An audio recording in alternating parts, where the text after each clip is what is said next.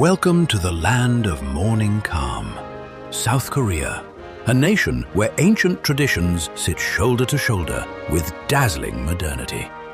From the neon-lit streets of Seoul to breathtaking island landscapes, Korea's cities buzz with energy. Its temples stand in timeless silence, and its cuisine has seduced taste buds the world over. Quite the resume. Question number 1.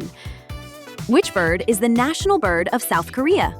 Is it A, crane, B, pheasant, C, eagle, or D, magpie?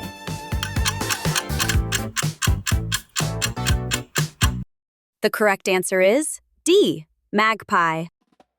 The Korean magpie, known locally as KIMCHI, has served as South Korea's national bird since 1964.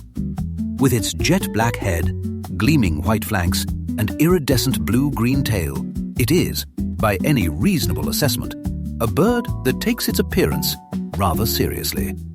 In Korean folklore, the magpie heralds good fortune and the arrival of news, appearing in court paintings and royal imagery for centuries. A role it performs, one imagines, with complete indifference to the honor. Question number 2. South Korea ranks first globally in per capita consumption of which food? Is it A, rice, B, seafood, C, green tea, or D, instant noodles? The correct answer is D, instant noodles. South Korea's relationship with instant noodles borders on the institutional. The product, first mass-produced in the 1960s as an affordable, shelf-stable staple, has become so embedded in Korean daily life that the country's per capita consumption dwarfs every other nation on Earth. South Korea leads at approximately 73 servings per person per year. Nepal follows at 55, then Vietnam at 54, Hong Kong at 45, and Japan at 44. Each a respectable figure by comparison. Question number 3. Which South Korean city hosts a famous annual international film festival? Is it A, Incheon, B, Busan, C, Daegu, or D, Atlantis?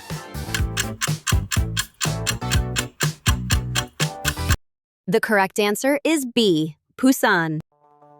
The Busan International Film Festival, established in 1996, has grown into one of Asia's most prestigious cinematic gatherings.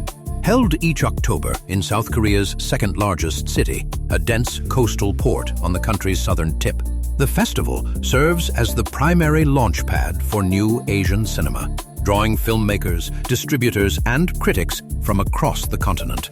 Films that debut in Busan have a habit of resurfacing on international award circuits, which is the sort of thing that tends to improve a city's reputation considerably.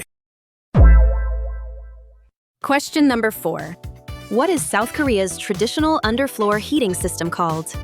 Is it A, tatami, B, ondol, C, hibachi, or D, Tostitos 3000?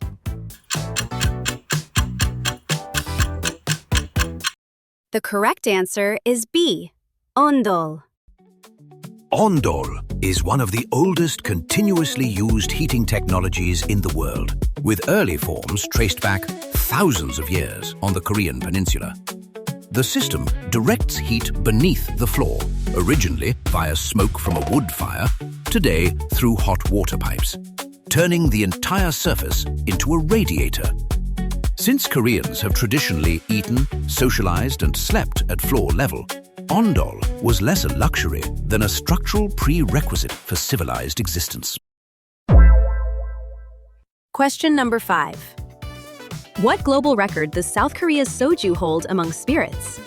Is it A, highest alcohol content, B, most varieties produced, C, most expensive on average, or D, best selling by volume?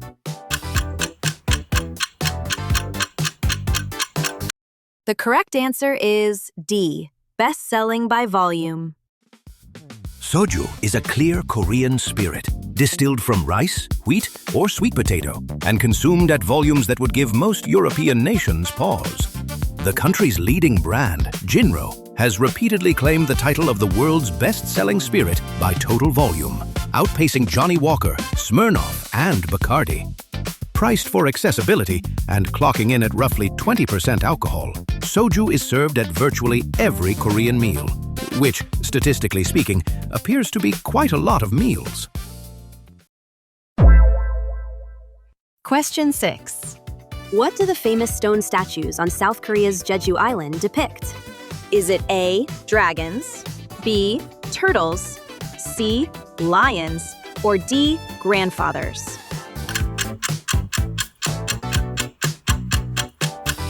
The correct answer is D, grandfathers.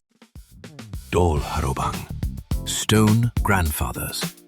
Carved from volcanic basalt, these squat figures have guarded Jeju Island's village gates for centuries, warding off malevolent spirits.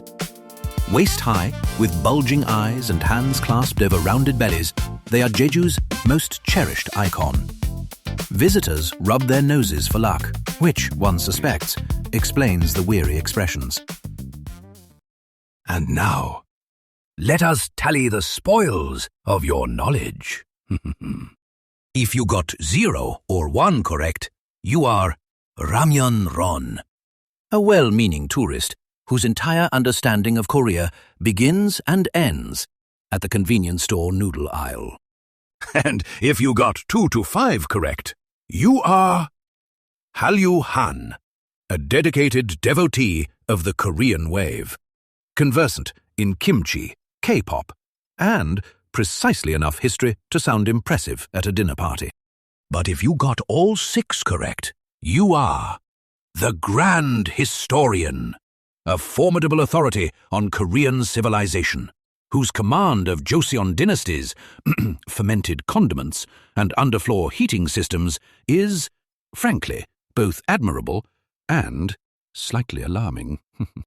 And there we have it, South Korea, explored, examined, and I dare say, thoroughly enjoyed.